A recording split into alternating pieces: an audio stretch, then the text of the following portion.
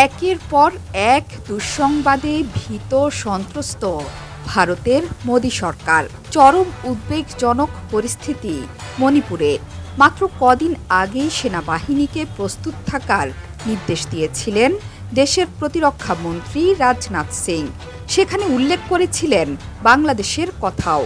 কিন্তু তার দুদিন না যেতেই ভারতের জন্য গভীর দুঃসংবাদ।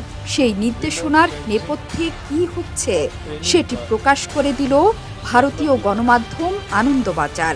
সংবাদ মাধ্যমটিতে স্পষ্ট ভাষায় বলা হয়েছে যে ভারতের ৬০ কিলোমিটার এলাকা দখল করে ফেলেছে চীন, যা ঘটেছে সেভেন সিস্টার্সের অন্তর্গত অরুণাচলে। গণমাধ্যমকে এই তথ্য নিশ্চিত করেছে সেখানকার স্থানীয় বাসিন্দারাই। স্থানীয়রা বলছেন, অঞ্জ জেলার কাপাপু এলাকায় চীনা ক্যাম্পের খোঁজ মিলেছে। ইন্ডিয়া টুডের একটি প্রতিবেদনেও এই দাবি করা হয়েছে। তারা বলেছে, সপ্তাহখানেক আগে থেকেই নাকি ওই অঞ্চলে অবস্থান নিয়েছে চীন সেনা। শুধু তাই নয়, এই তথ্য জানিয়েছে ভারতীয় সেনার মালবাহকেরাও। চীনা ক্যাম্পটি ম্যাকমোহন লাইন থেকে ৬০ কিলোমিটার দূরে হাদিগ্রা পাসের কাছে অবস্থিত। এই অঞ্জ জেলার চাগলাগাম এলাকা থেকেই ২ বছর আগে নিখোঁজ হয়ে গিয়েছিলেন দুই ভাই। লাইন অফ অ্যাকচুয়াল কন্ট্রোলের কাছের একটি গ্রামের বাসিন্দা ছিলেন তারা। চীন সীমান্তবর্তী অঞ্চলে ঔষধি গাছের খোঁজে গিয়ে হারিয়ে গিয়েছিলেন দুই ভাই। স্থানীয়দের দাবি, চীনের পিপলস লিবারেশন আর্মি PLA-র হাতে বন্দী আছেন তারা। ভারতীয় সেনার কাছে বারবার নিখোঁজদের সম্পর্কে তথ্য চেয়েও কোনো খবর পাওয়া যাচ্ছে না। অঞ্চল বিধায়ক তথা রাজ্যের নারী ও শিশু উন্নয়ন মন্ত্রী দাসাংলু পুল সে সময় বলেছিলেন, চীন এখনও সরাসরি স্বীকার করেনি ওই দুই যুবক তাদের হেফাজতে কিনা।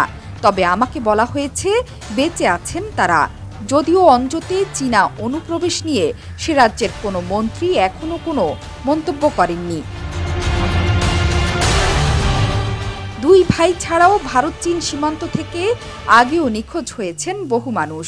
২০২০ সালের সেপ্টেম্বরে সুবানসিরি জেলা থেকে নিখোঁজ হন ৫ যুবক। এক সপ্তাহ PLA-র হাতে বন্দী থাকার পরে ঘরে ফেরেন তারা। ২০২২ সালেও এক কিশোর ৯ দিন বন্দী ছিলেন চীনা সেনার হাতে। পাশাপাশি এবারই প্রথমবার নয়, এর আগেও বিভিন্ন সময়ে ভারত ভূখণ্ডে চীনা অনুপ্রবেশের খবর প্রকাশ্যে আসে। ২০১৯ সালে চীন অরুণাচল সীমান্তে আমাকো ক্যাম্পের কাছে দৈমরু নালার ওপর কাঠের অস্থায়ী ব্রিজ বানিয়েছিল চীন। ২০২০ সালেও দিবং জেলাতেও ঢুকে পড়েছিল চীনা বাহিনী। তবে বারবার এই ধরনের খবর বিজেপি সরকারের সামনে বড় একটি প্রশ্নবোধক চিহ্ন এঁকে দিচ্ছে।